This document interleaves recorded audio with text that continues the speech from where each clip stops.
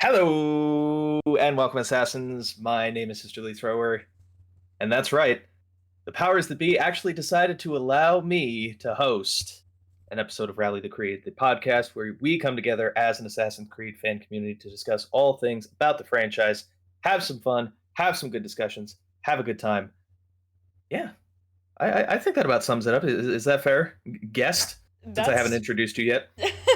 that's fair. Guest thinks it's a great idea. Guest thinks it's a great idea. Who do I have with me? Honestly, one of the things that I wanted to be very clear with all of you about was Rally the Creed is an opportunity for you all as an audience to learn about us as a team of creators and just lovers of the franchise.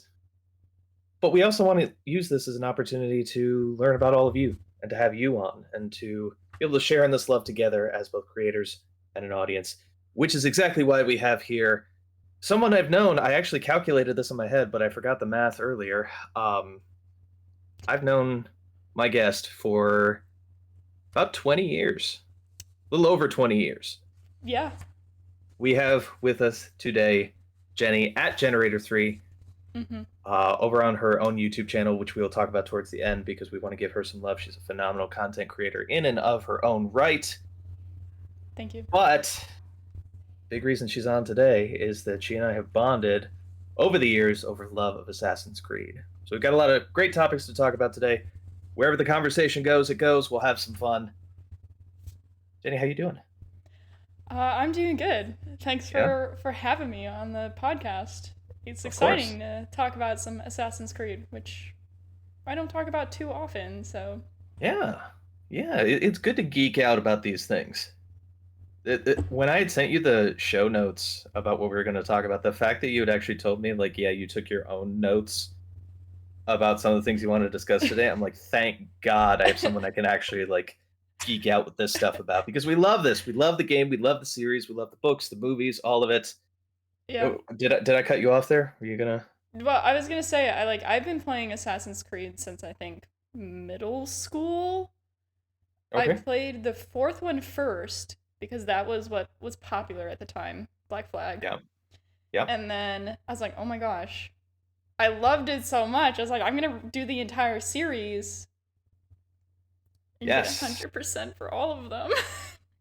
And that actually brings us into one of our topics today because not just have you and I just haven't just bonded over Assassin's Creed as a franchise. You Hmm. and I share a particular style of play that I thought we would be in a unique position to be able to talk about today, which is completionism. Yes. You and I both hold a completionistic viewpoint about how to play these games. It's been something that's really interesting for me to see as I play this and as I see other people play this games. Jenny, first question to you. How do you define completionism in the series? Okay. Well, it used to be, I'll say this, it used to be a lot easier with old games. Okay, And that's sure. because they'd have a DNA synchronization for you. Hmm. And you could just 100% it. You know, you get a fat 100, you're happy, it's easy. With these newer games, I Yeah. see the problem. Hmm. Hmm. There are a few things that I tried to maintain that the old DNA sequence made you do, and that was like all of the map and the chests. I want all of the icons on the map found and completed. That's Okay. probably my biggest thing. Okay. Well, obviously missions. Every mission, side quest. I mean, unless they're like forever, you know, like because there's like bounty boards and stuff like that now. Like unless they're forever generating, those Yeah. ones Yeah. don't Sure. matter. Yeah, Sure. Sure. I'm pretty sure the one thing or the few things that you mentioned that I didn't consider in my completionism is legendary weapons. Yeah. Yeah. Legendary weapons definitely a big one in the modern series for sure. Yeah, and I don't know. I feel like I can find a legendary weapon off of some random thief running around with some of these games. So it's That's fair. like, it just feels like they're also kind of, I don't know, like forever Mm. around. I don't really think It they're that big for me, but it just doesn't fit into that schema for you of saying this is not completionist. Yeah, I don't think it's necessary. And Okay. but I mean, where do you come from? You do that, don't you? So where do you stand on it? You know, uh, you and I have talked about this before. I take a much more like in my head, I always just thought of it as like a more like hardcore stance on what completionism means. Because I do things that when I share these with other people who play the series are like, why in God's name would you waste your time doing that? And I tell them all, shut up. Um, Everything that you talked about, absolutely. Synchronization points, chests, missions with constraints. I know starting Yes. around, what was that, three? There started to be those side pieces in there, like, okay, yeah, you have to do this mission, but you can't be spotted while you're doing the mission. Yes. I You like, can yeah. technically complete, but Mhm. playing under those alternate conditions as well. Um, Absolutely. Collectibles, 100%. One of the big things that you and I have gone back and forth on, though, is achievements. Yes, I I was will consider those, yeah. but you don't. Yeah. So I was trying because I read that question, I was like, I know there were two big things. And it was one was the weapons, and the other was the achievements. And I Yep. was like, why don't I do the achievements? And I think this is what I've tried. This is what I've come up with a bit. I Okay. think from my PlayStation days, like PS3, we would have like Call of Duty and The Last of. Well, actually, I played on Last of Us. Call of Duty stuff, and their Yeah. achievements were like top of the leaderboard in like multiplayer games. I see. And those are Okay. just like you're not gonna do that. Okay. You know what I Okay. mean? And I think I well, I know you were also obviously playing games at this time, but I think I just started playing games when they didn't have achievements and then they slowly started to integrate them. So Hmm. it didn't feel like they were part of base games. It felt like they were separate things tacked on by outside like Okay. stores or like outside people. That's fair. Okay. I do like look at them now when I play Assassin's Creed games and I try to do the ones that are just like easy and not not too much like part of the Yeah. base game still. And I think the other thing was I know you consider DLCs also. Yeah. I was going to ask you about DLCs, about your thoughts about that, because for the record, I do consider those part of what completionism means, but I know you do not. Yeah, I I mean I try to play them, but it's Mhm. just that I feel like when I complete a game with Assassin's Creed, okay, Yeah. you can spend like months on it and you Mhm. knock it out. You're done. You got your 100%. Okay. 3 years later, DLC. You know? That's fair. And you're just like, I finished this. I'm not touching this again. That's fair. That's It's just fair. that content can be forever. And at some point, Yeah. I want to be done. I fully understand what you're saying. And with me personally, like how I got into the series, I started at one, but I started at one several years after one had released. I would think I was like over 5 years behind everybody else. So in playing catch up through the whole series, by the time I was getting to things like DLC, it was, oh, this game's 3 years old. All the DLC has been released. Here's the Game of the Year edition, or here's the complete edition on sale. You have all the DLC. It is all laid out in front of you. But now that I caught up to the modern games, you're absolutely right. Is, oh, with Assassin's Creed Valhalla, I know you didn't play that one yet. Not yet. Excited for you to do it, but Thank you. the amount of DLC in that game has just been truly staggering. From the Berserker mission that was included as a pre-order bonus, all the way up through the mastery challenges. Um, Jenny and I have a mutual friend, Mitchell, who has quite the soliloquy about the mastery challenges and about how difficult those are. But you're right, you still do get that constant, like, oh, it's been 3 months since I played, but oh, here's more stuff. And I think for me, it was always, you know what? I love the characters. I love this world. I love the gameplay. Sure, give me a reason to go back, but I can understand why not everybody shares that perspective. Yeah, honestly, like if they're like, "Oh, here's a new DLC for Origins," I'd like get sick at the idea of going back to this. like, and I feel like this is a really good thing to take a look at for the Hmm. fans of the Assassin's Creed, because don't get me wrong, I love playing it. Yeah, Like, I do.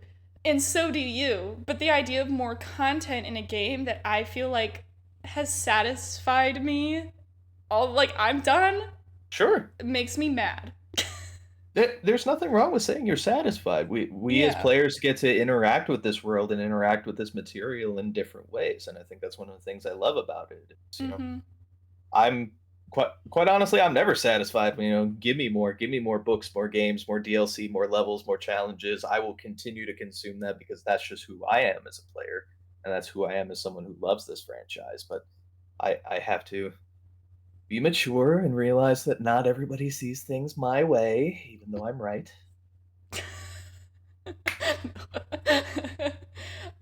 Something I wanted to point out though, now with these Yeah, later games, yeah, um, go for it.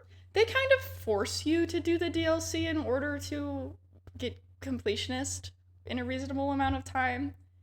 And let me, Oh, yeah. I know where you're coming from with this. Okay, well, I'll say the first time I realized this was playing Origins. Yep. Um, I wanted max level, and I don't know if I'm gonna maintain that as part of my completionist, because I know in Valhalla max level is like 150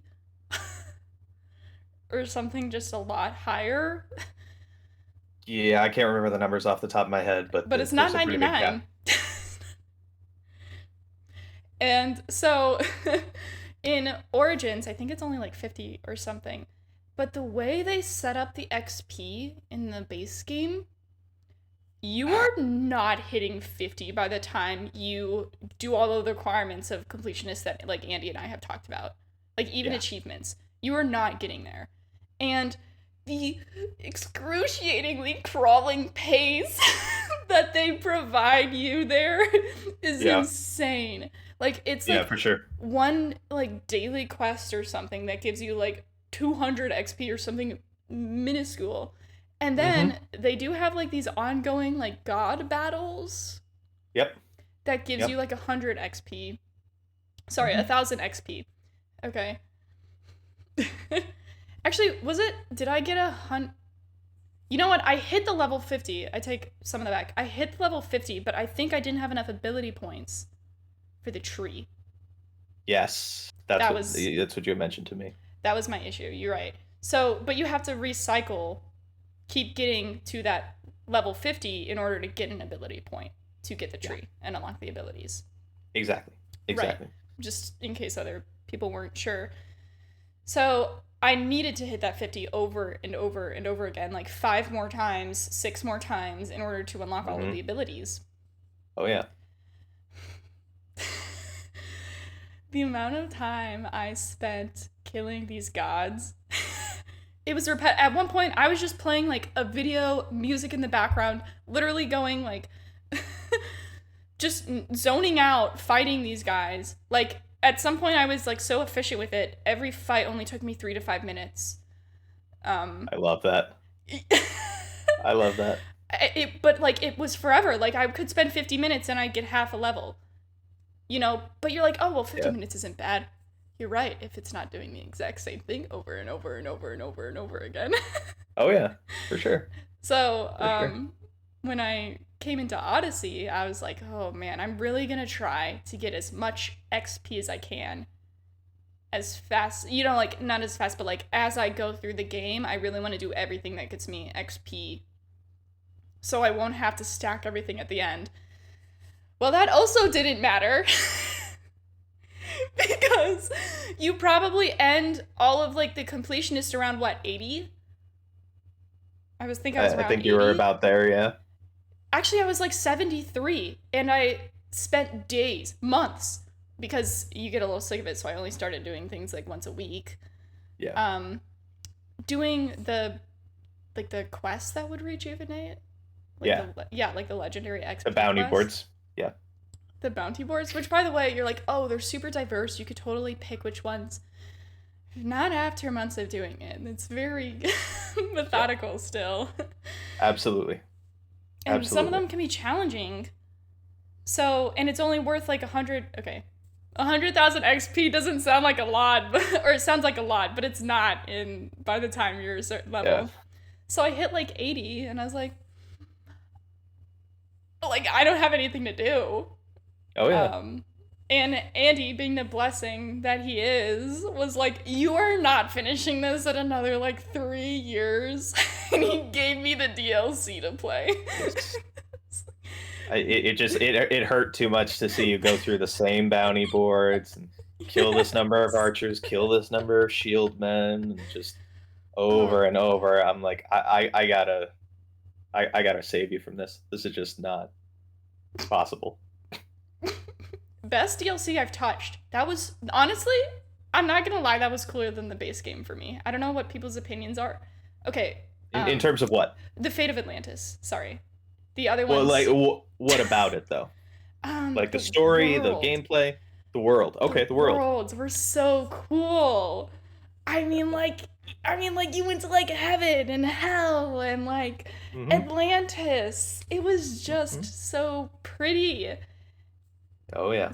And then I would change my outfits so that I kind of like was like I don't know, like all like black and mysterious in the hell world, and was like doing Yep. more assassiny things, and then like in the other Yep. ones I'd be like gung ho, plated in like white and gold. It was so cool, and you got to talk to like the gods. Yeah. I liked it, and you got to see what's your terms on spoilers in this? You're okay, Oh. like you're suing Oh. people now, or I'll tell you what. We'll give a little wave to anybody watching right now. There will be spoilers, and you'll see me wave again when the spoilers are done. I usually handle it that way. So spoilers are here. I If you mean it's haven't not played the too bad. DLC yet, okay, as you Okay. were. You get to see the characters that you loved so much in the base game after they died. And it was like what Phoebe and the guy who I really liked. His name started with a B. Do you know what I'm talking about? Oh, It's like Brock, I oh, think. I know exactly who you're talking about. I'm blanking on the name though. I That's really gonna liked bother him. He me. was really cool. But you get to visit all of the people that Cassandra or Alexios, depending on who you were playing, loved and cherished in their lifetime, and they really like dig into helping them learn how to let go of the people Oh since yeah. they're going to be like immortal from now on. Hmm. It was just I like that they dug into it. I think Yeah. it was just a good DLC in my opinion. For anybody who has watched anything that I've made on my individual channel, or quite frankly, for the ones who came before, um, part of what I've always enjoyed playing these games under was that lens of looking at things under under the guise as a licensed therapist. What sort of mental health messages do these games send? And I fully agree with what you're saying that part of the reason I love these stories is it's not just a cool adventure that people go on and you get to the end and then the game's done. It's, oh, this is how some people look at grief. This is how some people look at life and life's purpose, and and family, and what is a chosen family versus a blood related family, and all these different pieces of what makes good mental health. I see this as a player and say, yeah, I can discuss this with somebody in a therapeutic session and say, if you're struggling with what family means, look at what you learned in Assassin's Creed. And some people look at me funny when I say that, but that's the level that these games are playing at now, in terms of the narrative, in terms of even down to the nuts and bolts of voice acting, is you get drawn into these things, drawn into these messages. And I love where they've gone so far.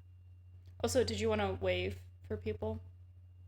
Oh yes, the They got to miss your amazing commentary on therapeutic values of Assassin's Creed. I like mental health. That's great.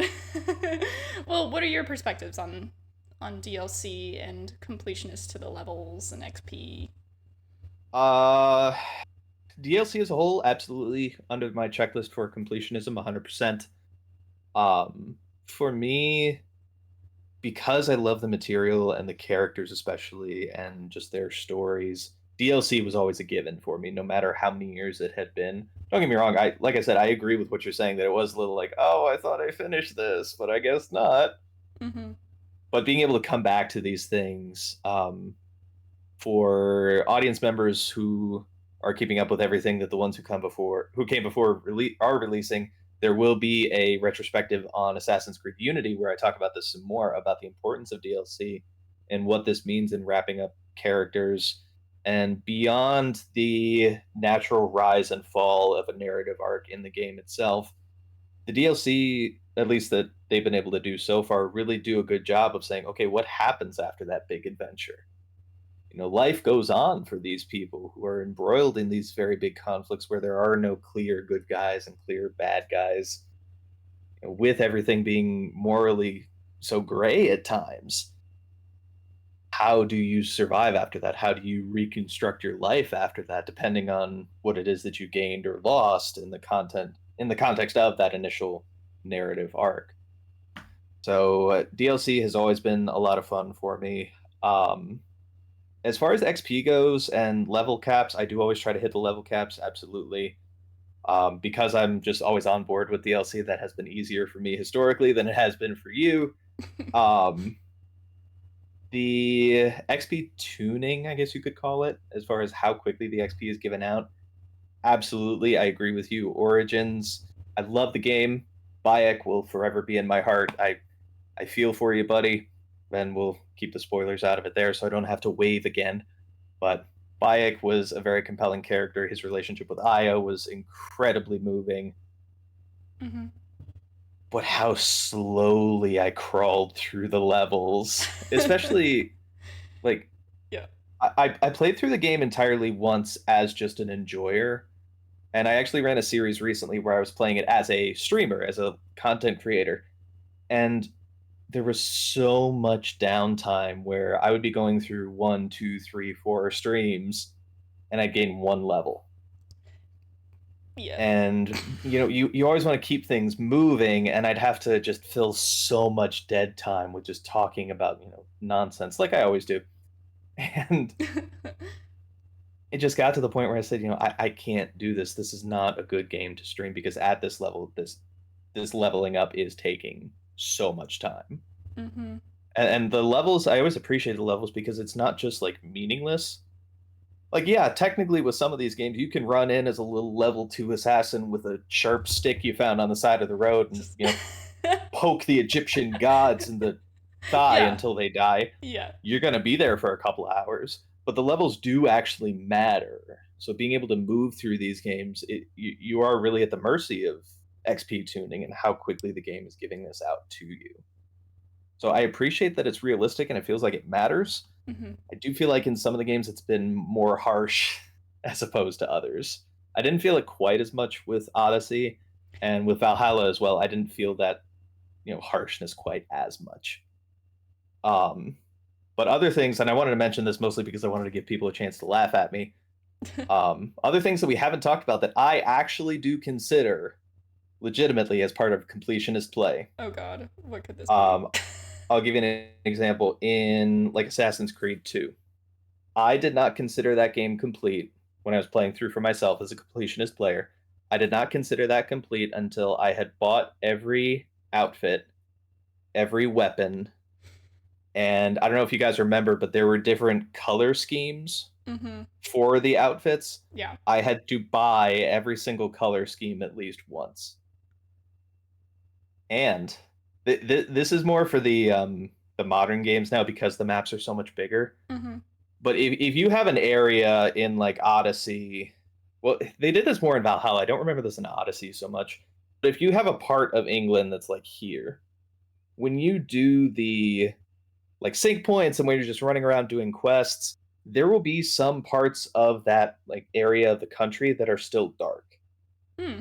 I will intentionally navigate my mount to those dark parts of the map Yeah. just so it looks like the map is entirely revealed as opposed to having just like streaks where you can see I'm just like running through like Oh crazy. yeah.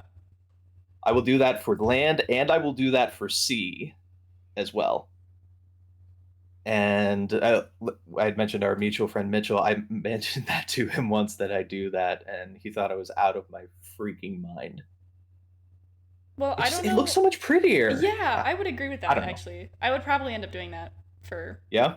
Valhalla. I Okay. know I did my Odyssey map, but I have one friend. If you want to make fun of me in the comments down below, go for it. We're all here to have fun, have a good time. no, the Um, outfits. the outfit's too much. Well, I remember back then, I also made sure I got all the legendary outfits, or like the Mhm. ones that were was it gold, I think. Yeah. Um, so I made sure I had one of all of those. But now with the later games, you just can't do that. There's just no way because the outfits are like Yeah. really randomly put together. In completionist runs, I haven't gotten up to the modern games yet. I have so many demands on my time right now. I'm working full time. I'm a student part time, and trying to be a non-absentee husband and a good friend. And I've only made it as far as three. I'm on Assassin's No Creed 3 right now. As way. far as yeah, yeah, Oh, oh man, that um, I didn't expect that. yeah, Well, you yeah. play a It's lot slow for going. stream. I know that. I do, and audience feedback has definitely been that the those of us who enjoy completionist play are in the minority. So a lot of times when I have audience members who are watching me, it's yeah, cool. You bought three color schemes out of 17. Like, can we keep the game going? And I'm like, yeah, fine, Yeah, whatever. completionist is not fun to watch. It's not. No, no. But we are who we are, Mm-hmm. and we play how we have to play, and that's okay. Do you believe there's any benefit playing as a Oh, completionist as opposed to other folks, or do you feel like we're like shooting ourselves in the foot here? That's my big question to you. okay.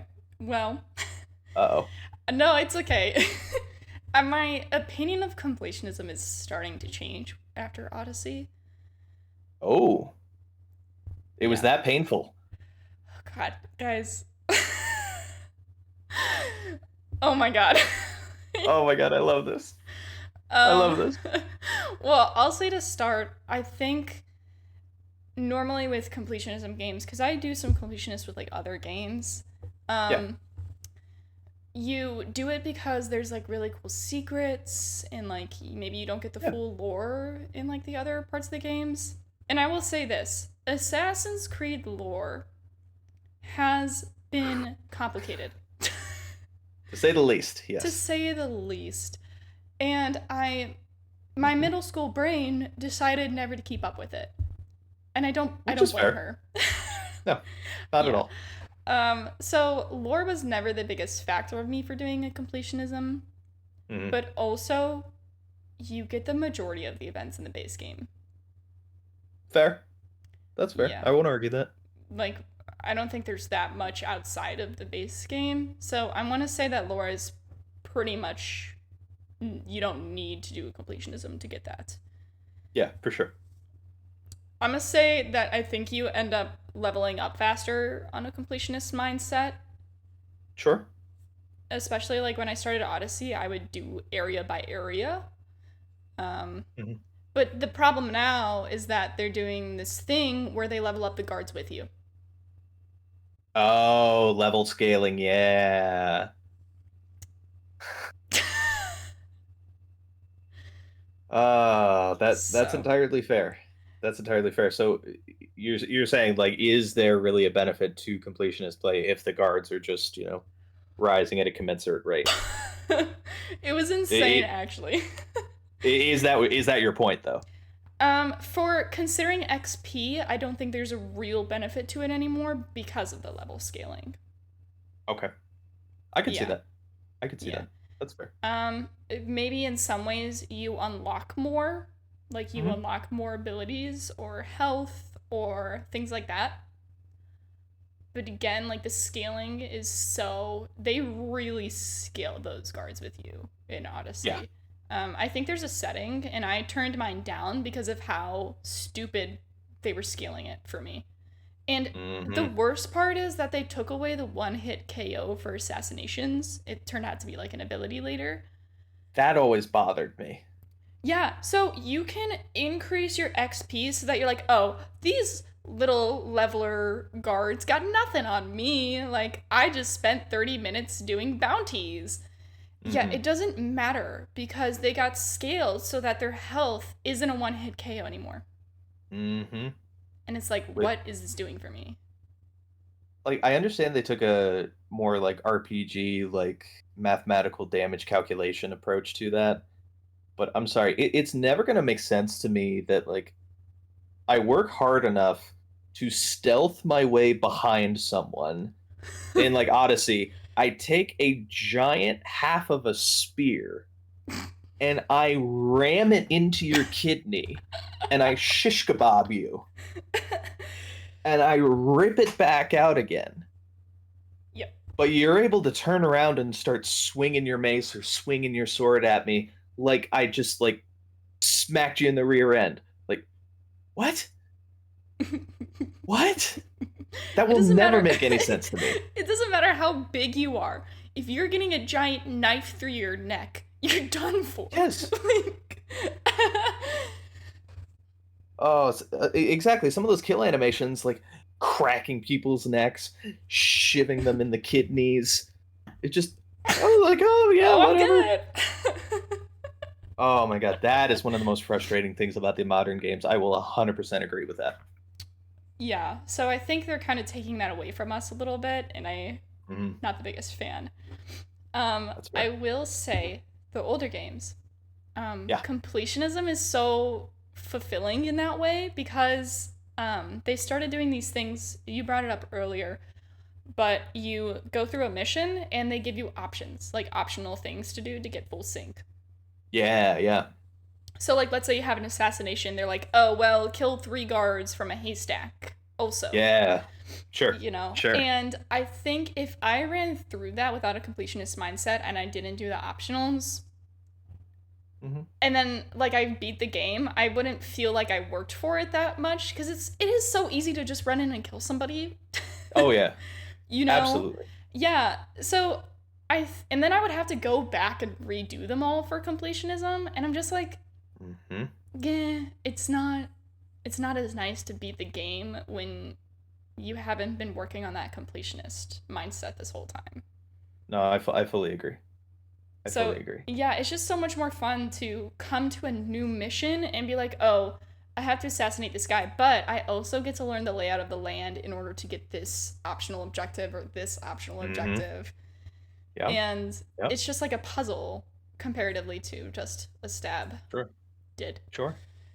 So, And I know you and I were talking about Unity the other day. I was telling you a little bit about that retrospective video that's coming out. Be on the lookout for that. Anybody in the audience who's interested, Gargadon and myself are working together on that one, so that one's going to be a great video. Be on the lookout for that. But one of the things that I know you and I had talked about was just what Unity had done for the series in terms of opening up assassination missions. That it wasn't necessarily like hard linear before then, but it was like, okay, we are going to pretty much take you along by the hand, and here he is, and you only have so many options at that point. oh yeah. But one of the things that I always considered completionist, at least in Unity, was you get these options that are like, oh, there's a distraction opportunity over here, and there's a thieving opportunity over here. But in my completionist mind, it's, oh, well, the distraction opportunity allows me to get into this building and kill this guy this way. But wait a second, what does the thieving opportunity let me do? So that does prompt me to going back and saying, okay, I want to see all the different ways that this guy dies because they put all that effort into animating these different cutscenes for the different deaths. And you're right, you only get that when you're exploring and you're taking this as not just how quickly can I beat this. Like, no offense to the speedrunners, if that's your thing, go for it. I'm trying to get into Assassin's Creed speedrunning myself. That'll be at a later date, but that's just not how I naturally want to play. And just being able to see all the different options. You're right. It's more satisfying at the end. It's like I really worked for this. I was actually an assassin as opposed to someone who just is an assassin in name and not necessarily in character, in actions. Mm-hmm. But I mean, speedrunning is a skill in itself. oh yeah, Not something for sure. I plan to do, but I think in terms of enjoyment, having the completionist in the earlier games is just Yeah. you just enjoy the game and the developers work more. Absolutely.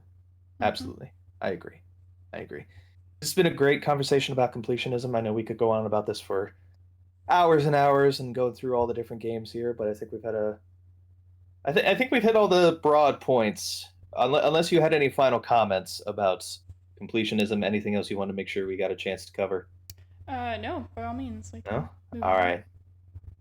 One of the things that I wanted to get your take on was, of course, what everybody's talking about, Shadows. Assassin's Creed Shadows is slowly, ever so slowly, crawling its way towards us come Valentine's Day. I mentioned to you guys before that I am married. Sorry, wifey. Um, I got things to do come Valentine's Day.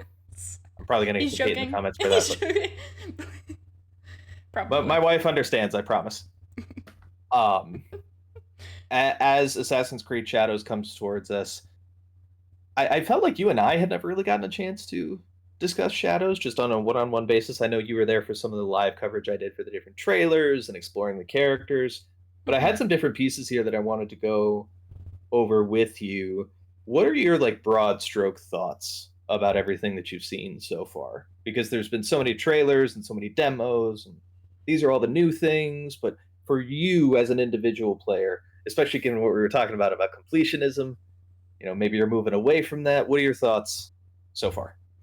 I mean, I'll just give like the overall without Yeah, going into because I those other questions are really good that I do want to hit on.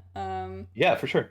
But I love the cinematic trailers, and I think Assassin's Creed has historically done an amazing job on cinematic trailers. Like they have some of the Oh yeah. best.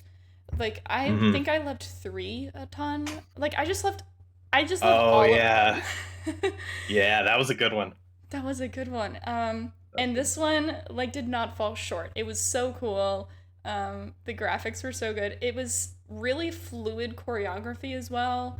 And I mean, I Hmm. know that they're recording these like with people. It's not technically gameplay, but Oh yeah. it still showed like that they again are taking like a martial arts perspective of this, or they're Hmm. trying to really dig into the culture and the traditions of these fighting styles. And they always do a great job with that. That's kind of their job, is to make sure it's Yeah. pretty historically accurate. Right. Right. Um, Right. Right. so I was really excited about it, and I'm also excited, a little hesitant about how they're going to do 2 different styles. Like they have the samurai and they have the shinobi. Oh, that's one of your fears. Well, I'm excited for it. I have one particular fear. We could talk about it later. After you give your thoughts, of course. But it's nice that at least they recognize 2 different styles, because I think Mhm. when you think of Japanese like fighting styles, you do hit like the shinobi and the samurai in your Absolutely. brain, and they have both of them, and I think that was really important for this setting. Absolutely. So, Absolutely. I fully agree. Um, I've talked a lot about my thoughts, so we'll just go over these quickly. Of course, I'm excited for it. Any new material I will eagerly consume because I just do love the series that much. To your point about the two styles, there are absolutely some fears, and we'll get into this now, quite frankly, because I do have some fears. I do have some concerns about what exactly this game is going to bring. Um, for me, one of the things that I am afraid of seeing is, and I please take this with a grain of salt to all of you who are watching, because on its face, I don't have any problem with Assassin's Creed Syndicate, because that was the first thing I thought of when I thought, okay, two different playable characters brings me back to Assassin's Creed Syndicate, and they were trying for something similar back then. As Jacob is that more, I'm going to run in, I'm going to punch everybody in the face, forget that whole work in the shadows to serve the light thing. I'm just going to be out there. I'm going to be in front. I'm going to take the hits. I'm going to tank. That's who I am. And Evie being that more, I am going to be an assassin working in the shadows, focusing on assassinations and stealth. I loved Syndicate, but there was not enough differentiation in there for me. Is I could just as easily play Evie as that I'm going to run in front of everybody and punch everybody in the face kind of person. I'm worried, but that's probably my biggest worry about the differentiation of play styles.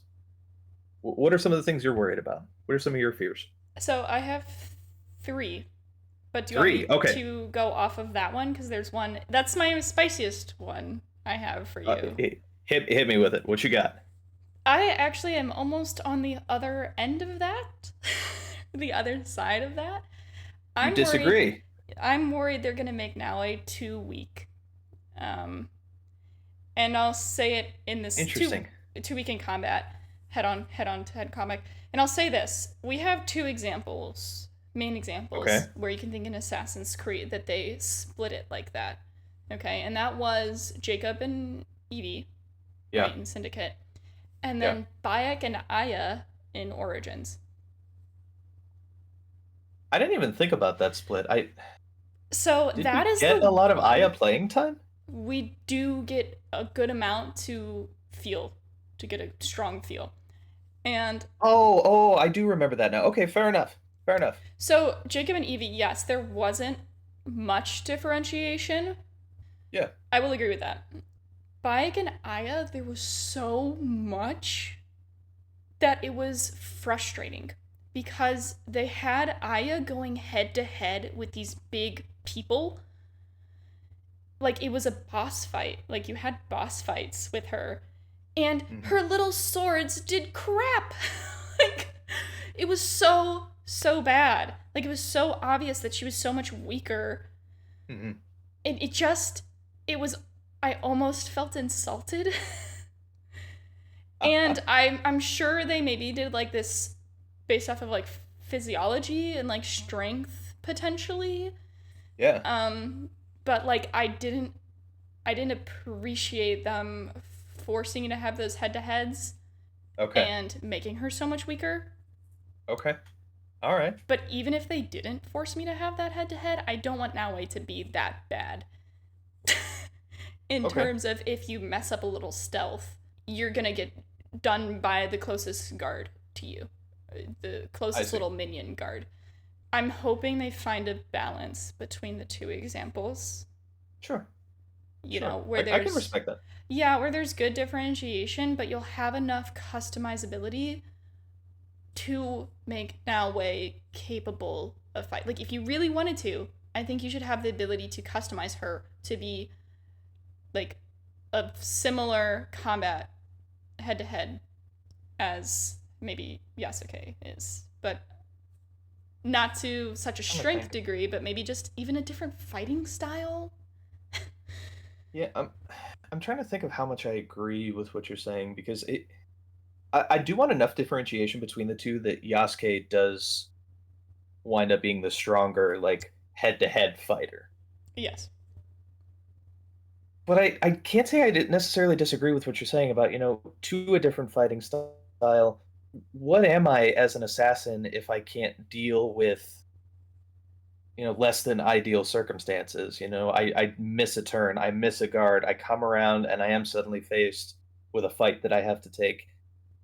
That makes sense to me just from a lore perspective that I have to have some ability to competently deal with the threat that's in front of me. So uh, I hear you. I hear you. That's fair. I appreciate that perspective. Maybe something that like they could do would be like maybe she can't hold the bigger weapons. They did Okay. something like that with like Blade of Darkness. That's a really big throwback. Oh, I was gonna say that's cranking back the years a bit there, but that's okay. That's okay. I'm here for it.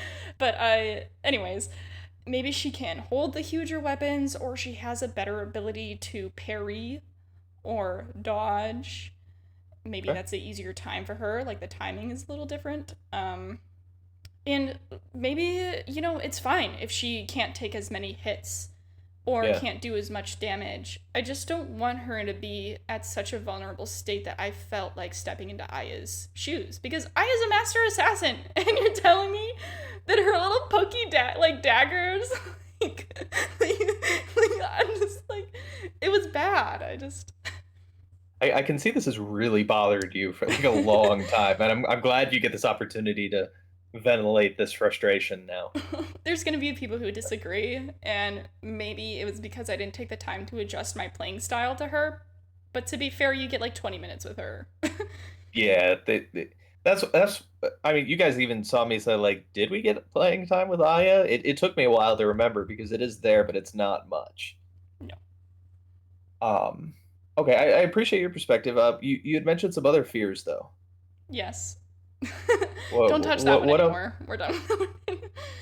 I appreciate your perspective. I definitely think there should be differentiation. Oh, sure, sure. But, you What know, are some of these other fears though? Hit me with some of those. I think, What are you afraid of seeing? yeah, I think one that's really obvious is too much. And I'll say that like Odyssey, and I haven't played Valhalla, but I've been told it's worse than Odyssey in terms of completionism. I see. So like feeling overstuffed with the amount of things to do.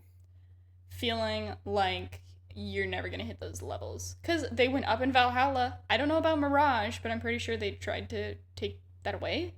I was gonna say you are working from the perspective that you've never played Mirage, and Mirage was severely scaled down. But they meant like that was on Um, purpose. Like they didn't they yeah, I mean, I've talked with some fans, both friends and other fans online, just talking about what exactly Mirage was supposed to be. DLC versus for Valhalla versus its own standalone game, and the implications of how that forced them to construct the world of Mirage. But with what they ultimately wound up doing with Mirage, it was significantly scaled down. There's still some collectibles. There's still some, run around, and I gotta clear all these sync points and whatnot off the map. But for your knowledge, Jenny, it's maybe a little bit longer in terms of time, at least for my own playthrough of this. I was a little bit longer than one, maybe shorter than two, a little bit. hmm. Again, understanding that I played all of those as completionist, so my times were definitely inflated as opposed to most people, but a little bit shorter than two, maybe in terms of time spent in the world. So they did absolutely scale down on the overstuffed feeling, but that's fair. You don't want to get that bloated feeling when it comes to shadows. Yeah, Okay. I did see one of the creators mention that the map was gonna be similar to Origins. Um Yes. so if they make it in terms of length similar to Origins, I think that'd be fine with me. Yeah, I mean, I think a lot of us, and again, let me know in the comments down below if you disagree with me, but I think a lot of people are looking for something that they can really sink their teeth into. Because Mirage for a lot of us was just, yeah, it's cool, but we worked through it so fast, and we've been waiting for Shadows for so long that we really want to, have something to really, really sit with for a while. hmm Honestly, I So don't even consider Mirage because it does, like you said, like people debate like if it's a DLC versus like a full solo game, and I feel yeah, like it's almost in between. yeah, I forget what Ubisoft's official position was and what it is they officially said, but the rumor mill is always present in the online space. And what was it? Well, I think that it was really an experiment for them to see if people wanted the old ways back or a mix of the ways. And Oh yeah, so I think that was definitely their overarching goal. and so with like Yeah, Shadows, this isn't an experiment, like this is their next big game. yeah, So I just don't want definitely. them to overstuff it. Like I'm not gonna lie, I'm not really looking forward to Valhalla right now. I think I'm gonna need another few months of recovery from Odyssey. Totally fine. um, Totally fine. It'll be there yeah. waiting for you.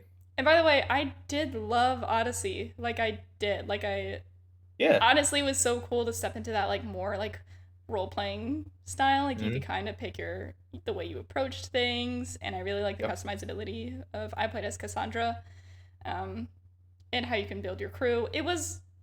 It was fun. Just Hmm. at those last months, I had a hard time leveling up. So just to clarify, No, that's fair. That's fair. I appreciate the clarification.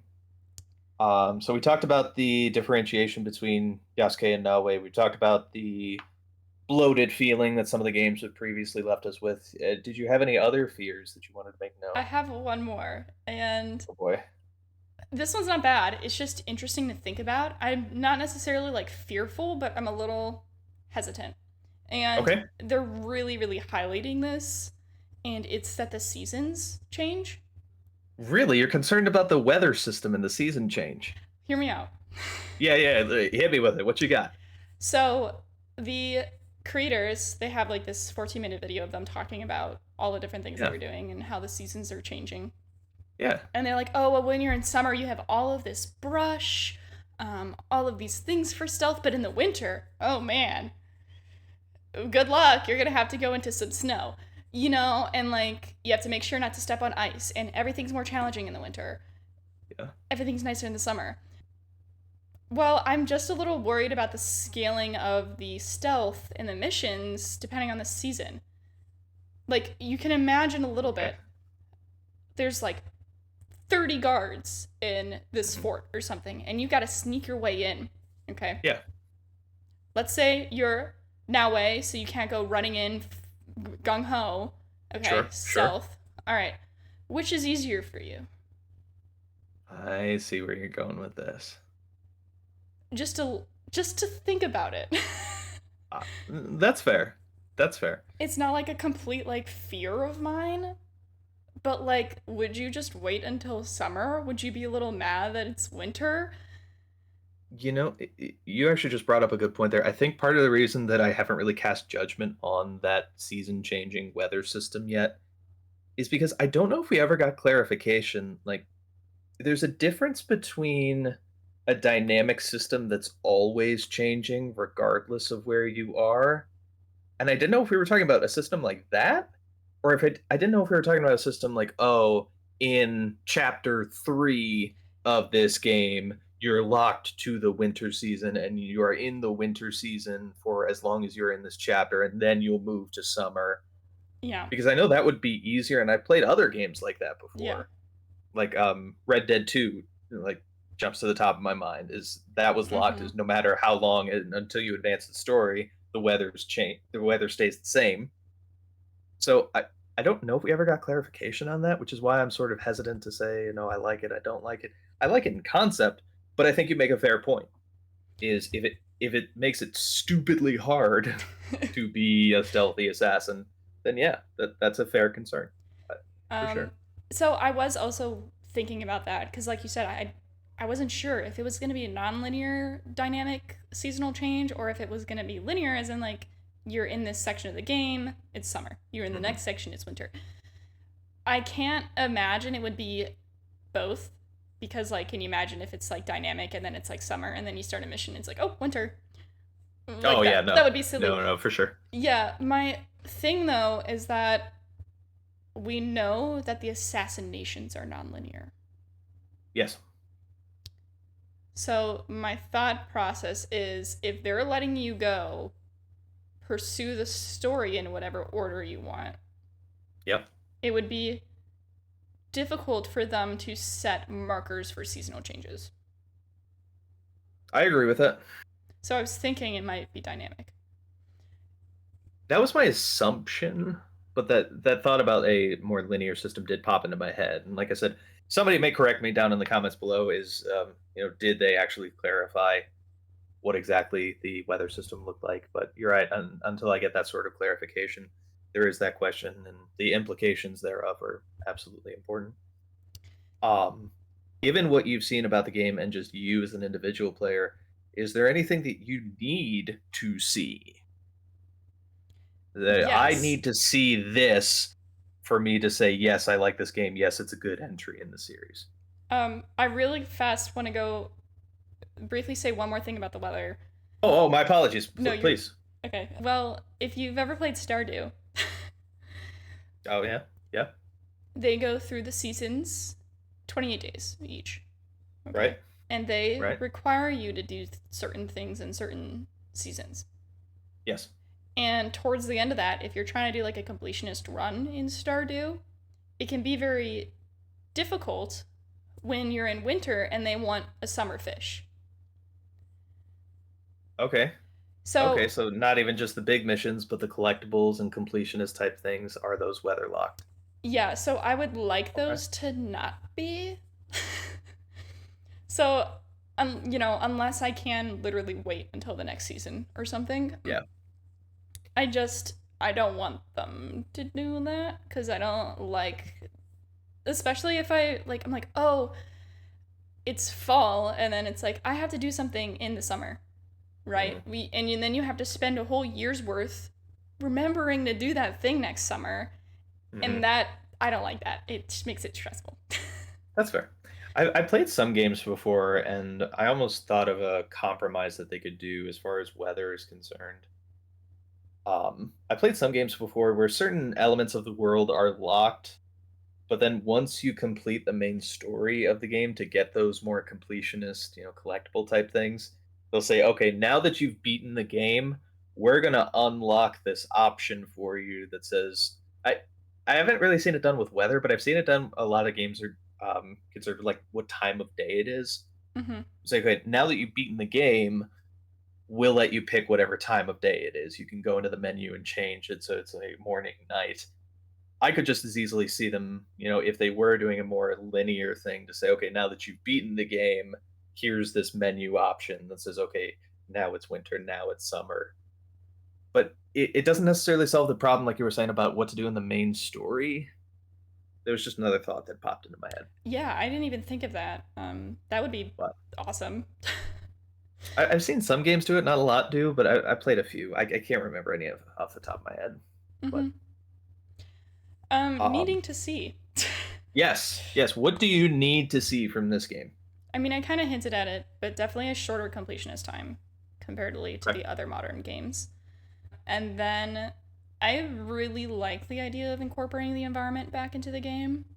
So you can definitely see the difference from early games when you had hay barrels and benches and you stand in a crowd of people, you're invisible. That Hmm. is environmental interactions, like Yes. that's stealth. And then you have the later games, and you can't stay in hay bales, you can't hide in a curtain, people don't give you cover, and the enemies are smarter. And I think what I really need to see to make sure it's an evolutionary progress of the games is that they are bringing the environment back. Yeah. But I want to see a good mix of smarter enemies with those environmental areas to hide. Because the Okay. enemies are a lot more aware, like perceptive in the Hmm. modern games. Yeah, for And sure. the old games, okay, this is going a little off topic, Go for it. but Go for it. you've played Alien Isolation. Yes. In You're that, talking that level of hunting. not quite to that degree, but the old games, like someone sees you and you just shove yourself into a curtain and they completely forget. They don't even check the curtain in some of the older games of Assassin's Creed. Yeah. Yeah, Okay. I see what you're saying. So in Alien Isolation, for people who don't know, you're on a ship and this alien, I swear to God, it's like AI before AI. It learns. Like if you hide under a table one time, it'll check that table like the next time or maybe even that time. Like if you hide in a locker, they're not going to Yeah. just check the next locker. They might actually check your locker. Like it it really does learn based off of your playstyle. Yeah, Maybe it doesn't. definitely. Maybe it's just the algorithm. They did a really good job. But it'd be so cool if we had a good degree of perception from the guards while we also had an environment we could go into, Yeah. but without making it like, Sure. oh, they see you, you're done for forever kind of thing. Yeah, to that point, again, I know you never played Mirage, and I thought this was in Mirage. I'm probably going to get raked over the coals if I'm wrong about this. But I thought this was in Mirage. They had introduced a system where guards will remember you. Like, if you try to make an infiltration attempt, but you retreat, then even if you don't fully commit to a second infiltration attempt, the guards will see you and like, hey, that's the guy that just tried to break in and ran away and got away from us. So I'm going to attack on sight. I Mm, thought I remembered that when I was playing through Mirage in my online playthrough for my stream. Um, so something like that. What you're talking about, like a bit more intelligence. Okay. mm-hmm. Yeah. Okay. But with also like the environmental abilities to do stealth, I think is a good evolution of everything that they've done. Okay. Mm-hmm. Which The it environment's also, definitely going to be an important part of this for oh sure. yeah, it's like their main cell, which is Yeah, awesome.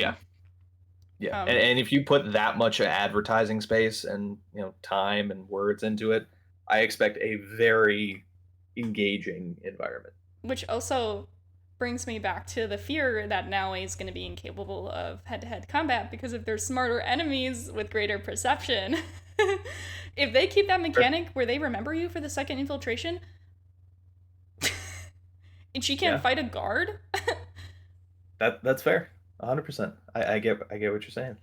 I get what you're saying. But did Okay. did you do you have any? I think the biggest thing for me was, and they did confirm this is a part of it, but I don't know exactly what they mean by this is a part of it. They'd already confirmed the idea of a hideout and being able to recruit other people as assassins. Yes. They did confirm that was part of it. I don't know to what degree they're actually talking about. Because honestly, playing through 3 on my own for a completionist run has honestly been really eye-opening because I just played through that for the story the very first time I played. I forgot how much effort they put in. I don't even know if you remember this. You recruit assassins Mm-hmm. in 3. There's like 6 of them, I think, but they're all their own individual people with their own individual stories. And I was getting so hyped for that because I was like, it wasn't just like, was it Brotherhood Brotherhood. or Yeah. Revelations? Both of them, I think, a little bit. They both had the mechanic where you would like go out and like save a citizen, like, yes, I pledge my life to the assassins. And then that was the last you ever saw of them. And with Revelations, there were like the den leaders, and you did hear a little bit more about them.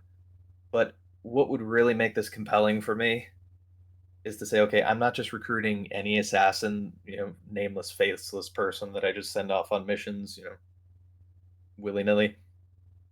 I want to be enthralled in that person's story.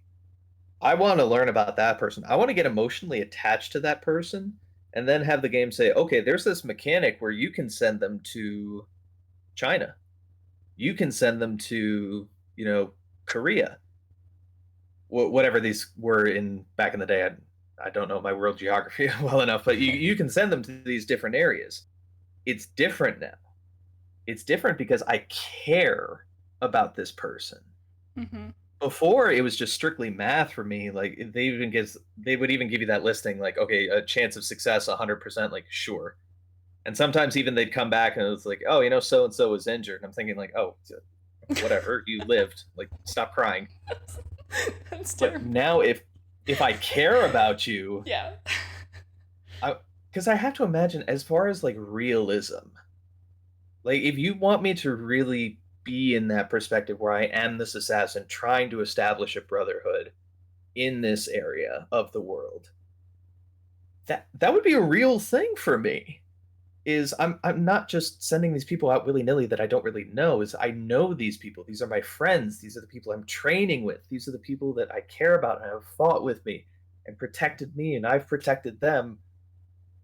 But now all of a sudden I have to send them out on a ship to some part of the world that I've never even seen and give them these missions where there's a very real chance they're going to die themselves. That's what I want to see. I want to see a really well developed, really fleshed out mechanic for recruiting assassins, establishing that hideout. And I always appreciated I think Revelations lets you do this too, but I always felt like Brotherhood did it best, where you could also call on those assassins, like, Brotherhood did oh, it. I'm Yeah. all of a sudden overwhelmed in this fight. Let me call some of my homies, and they just descend from the skies, and all of a sudden now it's a fair fight. That was great. I want that mechanic back as well. I'm pretty sure you could do that in Revelations, but I want that mechanic back more from the Brotherhood Yeah. perspective. I don't even know why, but I feel like they just did it better. That's something that I need to see. As far as I guess this also kind of becomes a fear in and of itself if you really think about it, but I just really hope that this whole notion of an open story is done well. Yeah. If you're gonna tell me that I can pursue these different targets in any order, that's fine as a premise. but that means that you can't necessarily commit too many narrative threads in Yep. too many different directions. Because if I kill the wrong person in the wrong order, then the narrative all of a sudden blows up. Yep. So there are ways around that I've thought they could do. Like, I, this is more less need, more this would be really cool if. I always thought it would make sense that okay, they give you a list of like 12 targets at the start of the game. If I kill one, I want 2 through 12 to be harder to get to. Hmm. I want an increasing amount of difficulty because again, from that realism perspective, if you're on the side of those 12 people like, "Hey, we just lost Jimmy. I Jimmy's think down. someone's coming for us." Jimmy down. 10 more Someone's guards. Yeah. someone's coming for us. I want more guards. Mm-hmm. I want more fortifications. I want more archers. I want it to be harder to get into my place because I know that they just killed Jimmy. Poor Jimmy. So I would love to see an increasing difficulty as you get further through the list. And I don't even know if this is possible because technologically my brain doesn't know what's possible and what's not. But I would almost want that baked into like some of the ambiance, like the side dialogue is, oh, whoever I decide to kill, sixth, as I face them down as you've killed 5 of my brothers, I'm gonna shank you. Like I would love a system where the different enemies that I'm targeting are aware of the status of the world. Mm-hmm. I don't know if that's actually possible to program or not. It's probably impossible, and I'm asking for too Oh much. no, But that's they change dialogue all the time based on what you that do before. that would be really cool to me. That would be. So I fully agree with what you're saying about the weather and wanting that well fleshed out and well thought out. But the recruitment system, the hideout system, and just the overall, not just my responsiveness to the world, but the world's responsiveness to me. Mm-hmm. Those are the things that I need to see, especially based on what they've marketed so far.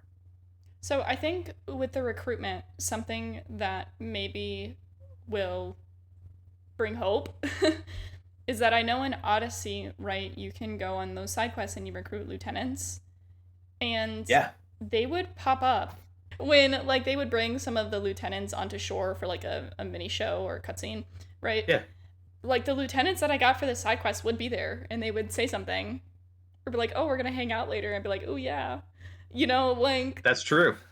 I do That's think, true. yeah, if they can keep some of that individuality along with your team, I think it's looking good on that end. Yeah, definitely. I loved the Brotherhood recall. When you call the assassins Oh and to yeah. help you, you're so real for that. I want it back.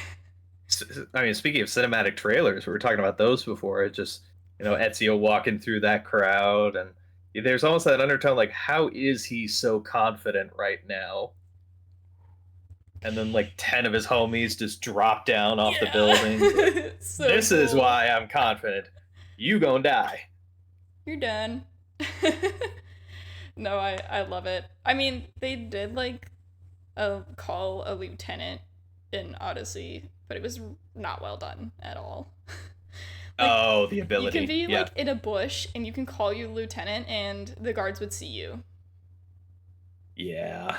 It's like, well, that wasn't Yeah. the point. My lieutenant's supposed to distract the guards away from me. Right. Silly. 100%. It has to be well done and well thought out.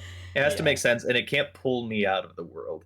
Because just as there's been stuff like that, there's been other like companion missions in Assassin's Creed where I'm very well tucked away in a bush, but for whatever reason, the person that I'm supposed to be escorting is like running in circles, and the guards are just like fully looking, and they're just not responding. I'm Yeah. Yes. like this. I wouldn't be happy about it because of course I'm trying to win the mission, Yeah. but I would understand if you just came out and started swinging at this guy because this is a prisoner, he's not supposed to be out of his cell. Like you don't care. Oh, but you saw my foot around the corner. Time to die. Yes. No, I honestly, everything that you said, like, yes, I would love that. I think the recruitment, especially, is a really good need to see. I think that's a good one to add. There is I know with Odyssey, what they did when you could go hunt anyone in any order, Mhm. they kind of had like separate mini stories for each one, but Yeah, not yeah, I know what you necessarily mean. increasing difficulty. And in some ways they tied them together, but mostly they were separate. And I have a feeling they'll probably do that with Shadows. That would make the most sense, especially given you're right, they do have a history of going in that direction, but It would me be, and my wish yeah. list. Yeah, it would be really cool. I have a feeling they might still be able to like hold grudges because I don't know why, but I feel like they did that with Odyssey in some of them.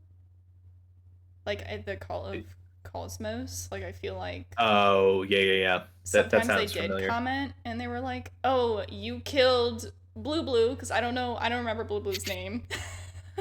Like names, um, You laughed at Jimmy. me for killing Jimmy, but they're killing Blue Blue and I can't.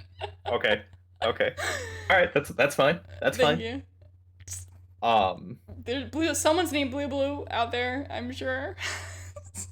if your name is Blue Blue, comment down below. It's me. Say it. Oh my god. um, but I do feel like they made comments. I think. Yeah. So But just increasing in that direction, I'd love to see that. mm-hmm. I love the conversation we've been having.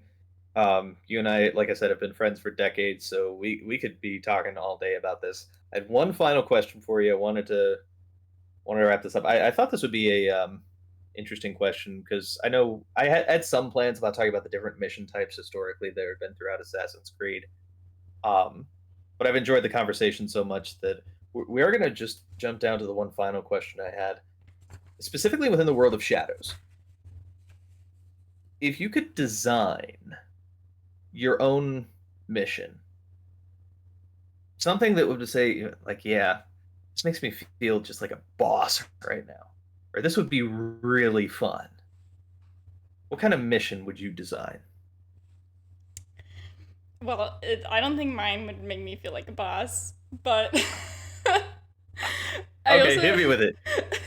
I also didn't really think of the context of shadows. But I'm sure Okay, I can well, brainstorm outside of with the it. context, then, what kind of mission would you design in an Assassin's Creed game? Okay.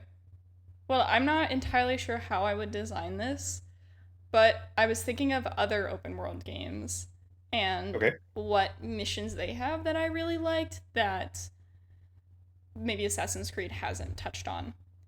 Hmm. And one of them, in a general term, I would call like a technological puzzle. Okay. And I'll say it like this. I'll give some examples. If you've played Fallout 4, they have like hacking in terminals. Okay. And it gives you. You've never played Fallout 4, have you? I played enough that I've done some of the hacking. Yeah. So like like it's just a little puzzle basically, and it's like I like the idea of looking at like code, being able to type in maybe some things that will help you figure out a key or Okay. an answer. But in another way, like if you've played Batman, like he has like a detective mode and like scene analysis and reconstruction. That would be Okay. really cool. So, right, so like let's say cuz they do that all the time in Assassin's Creed, but you just like there's a little magnifying glass and you like look at it and they say something. Yeah. Yeah, I get you. Imagine how cool that would be if you came into like a murder scene and you could find the clue and like slowly reconstruct the scene. I mean, I feel like they have done that in some ways, but like more puzzle based than just linear answers. Yeah, I kind of remember them doing that and stuff like Odyssey. But you're right, Yeah. it was very much like, okay, I do one like Eagle Vision pulse, and I just like grab all the different like you're right, it was like a magnifying glass, and there was no puzzle element to it. So I like what you're saying. Is oh, we got a distress call from this arm of the Brotherhood, and me and the boys ride out there, and oh, all of our, assassin brothers and sisters are dead in this house. We have to avenge this. Who was it that did this? Is there some sort of code? Of course, not technology based, but is there some sort of technology appropriate for the time? Some sort of cipher that we can do to say, oh, these people are claiming responsibility for it, or oh, I found a footprint outside. Let me analyze this. Compare it I, maybe I could like see that. yeah, or something else that I just thought of would be an interaction between the outside world and the synchronization. What do you mean? I don't know if we're still with Layla. I have no idea where we are. Why But am I blanking? I kind Oh, of oh, spoil it for I know why I'm myself. I did blanking. look into it, but I don't know who the next person's gonna be. I'm not sure anyone really does. No, there's rumors, of course, going around. We're kind of getting into spoiler territory again, though, and because nothing has ever been like confirmed. Well, regardless of who it is, Yes. what kind of interaction are you talking about? Maybe like trying to figure out what data you're going to send into the simulation to your character. Like, wouldn't that be kind of cool? Like, you'd be like, oh, like, I'm going to pick these statistics to, like, send in, and maybe that'll unlock a new mission, or, like, boost this certain attribute, or, like, give your character knowledge that they didn't have. I really like that. That could be cool. I can tell you what complaint you'll get, but I really like that from a gameplay Mm-hmm. perspective. All right, let's. What do you got? From, I guess, from a lore perspective, you could call it. Everything in the Assassin's Creed world is based on, okay, these are memories that I'm reliving, Mm-hmm. which means you'd have to give some sort of age appropriate, time appropriate way of saying how they did figure this out Mm-hmm. at the time because they didn't have access to that sort of computer. From a gameplay perspective, I like what you're saying, but the very hardcore, like, oh, this isn't part of a real memory, so how could this, how did this actually transpire in the context of the memory? I think it would get pushback from those people. I'm not sure how much I care though. You know what would be cool? What if it was like DNA reconstruction? That was the puzzle. And Okay. so you step in, and it's not that your character gets new knowledge that they didn't have in the past, but you're just not synchronized fully, and you give them back that knowledge, kind of. And there's even a precedent for that because they've talked about, oh, the DNA sample that we're running the animus on right now is corrupted. Oh, let me, hacker type. Let me You can just sequence the uncorrupt. DNAs. That would be Yeah, something. sequence it. Yeah, I could get behind that. that would be I kind could of get cool. behind that. Little science in there, little I could see technology that. stuff. I could see that. Well, what had you come up? Yeah. Did you come up with one? I did, yes. I was thinking about this and having just finished Revelations not too long ago. Do you remember the den defense mechanic?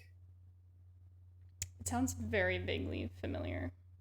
I liked what I liked where they were going with it. It was a bit too thin, which again, given the time, I understand. But the basic idea was if you caused enough trouble that you became like infamous. I forget what the term was, but basically infamous. Then if you didn't do something quickly enough to get back under the radar, then the Templars would assemble this army and they would attack one of the dens that you had established throughout the city of Constantinople. I didn't remember And that. it wound up being a sort of like tower defense Mm-hmm. game almost because you'd get coins as you killed more Templars and like, oh, let me put a rifleman here, let me put some archers here. Something like that, but not necessarily tower defense. Is okay, I just get word like, hey, this branch of the Brotherhood's being attacked, and all of a sudden, again, from the perspective of realism, I'm just about to attack this fortress. But all of a sudden, I get this runner behind me who says, thank God I found you. Here's this note, and it says, oh my God, we're under attack. So you have to disengage from that fight that you were about to take in that fort, and you have to book it however many miles away to try to get there in time to save your brothers and sisters. Oh, you didn't get there in time? I know this is cold, but you didn't get there in time? I want there to be consequences. You're like, everyone dead. Yes. Like the entire branch has been wiped out. Or maybe not even like fully wiped out, but you just lost people. Back to my point before about recruiting people and actually caring about the assassins that are like under your purview. I have to imagine that as you are working against the Order of the Ancients, as you are working against them, they are actively working against you. I have to imagine they're out looking for you, Yeah. and they're pressing their own sources, and they're bribing people. Mm-hmm. And oh, son of a gun, we found an assassin den. Let's just sit here and twiddle our thumbs. No, we're gonna go try and shank those guys. So forcing me to disengage from something and oh, I have to be able to move and turn on a dime to be able to fight somebody who is actively fighting me back. That's something that I would like to see as far as a mission. And of course, that would have to be balanced because you don't want to be constantly getting pulled away from Well, things. yeah. But if it's timed right, I could really see myself enjoying something like that. Like, oh, I thought I was going to be doing this, but now I have to go defend my brothers and sisters. And of course, it winds up being like a Marvel movie ripoff where assassins assemble. Ah. But that's something that I would love to see designed. You know what'd So be really Ubisoft, if you're cool? listening, You know what'd be really cool is if you could keep track of the Templars like progress towards you, yeah, and like you could do something to like sabotage also I their investigation.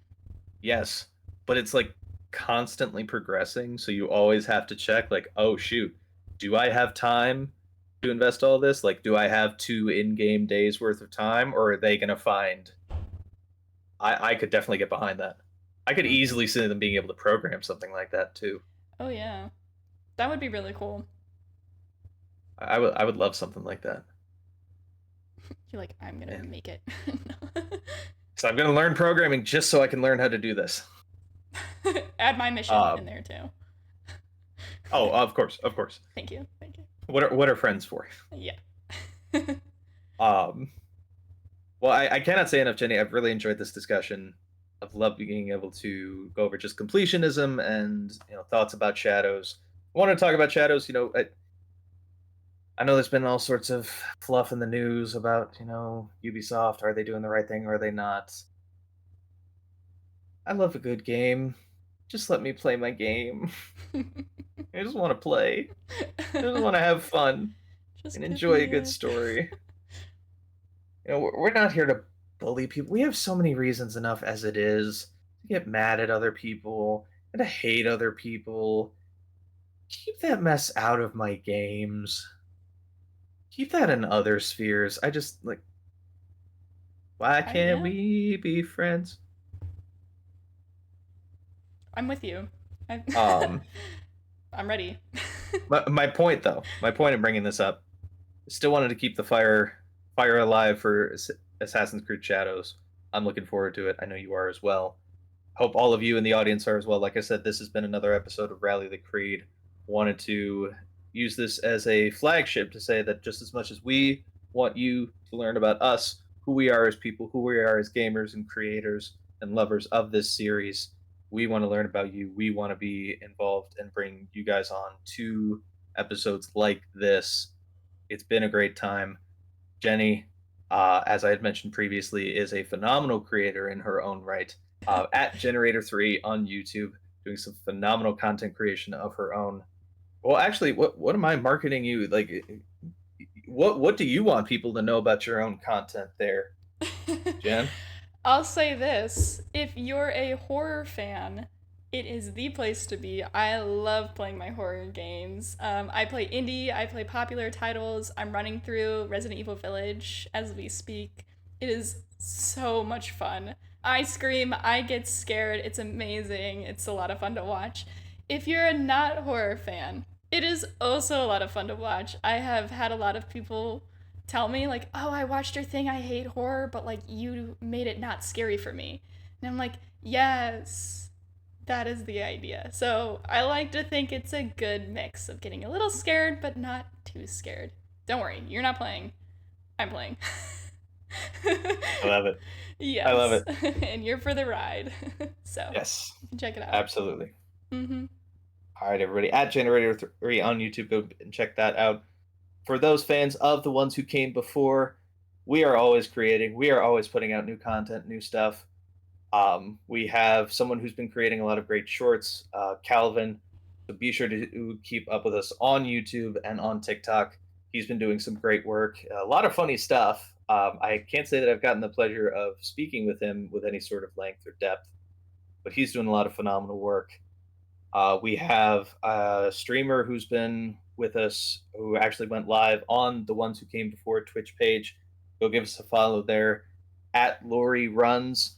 Not only doing some phenomenal gameplay, we saw a permadeath challenge from her the other day, doing phenomenal gameplay while in cosplay. All right. That's awesome. Yes, yes, phenomenal to see. Um, for much less skilled gameplay, I will be making my debut on that channel as well. We'll have some fun. That's gonna be great. So Lori and myself are on Twitch. Calvin is making shorts on YouTube and on TikTok. There are several other creators. Gargadon, who's been all up and down the YouTube channel for God only knows how many years now. He's making a lot of stuff on his own. He and I are making a lot of videos that should be coming out hopefully soon as well. YouTube, TikTok, Instagram, and the team website as well. The team website is probably the best place to keep in touch with us. A lot of great writers putting out a lot of great articles, videos, notices about who we are, a little bit more about us as a team and who we are as creators and lovers of this series. So go check out the ones who came before website. I love each and every single one of you. Thank you so much for sticking with us in this episode of Rally the Creed. Any final thoughts? Thanks for hanging out and hearing our thoughts. Hope you agreed and disagreed. And comment Yes. below. And please, I'm glad she said that. We want to have a conversation with all of you guys. Let us know in comments. Let us know what you guys think.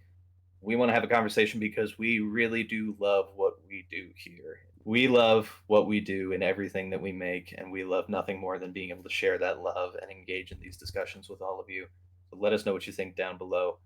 As always, stay safe, assassins. Until next time, assuming they put me in charge of one of these things again. Thanks, everybody. This has been Sisterly Thrower. Have a good night.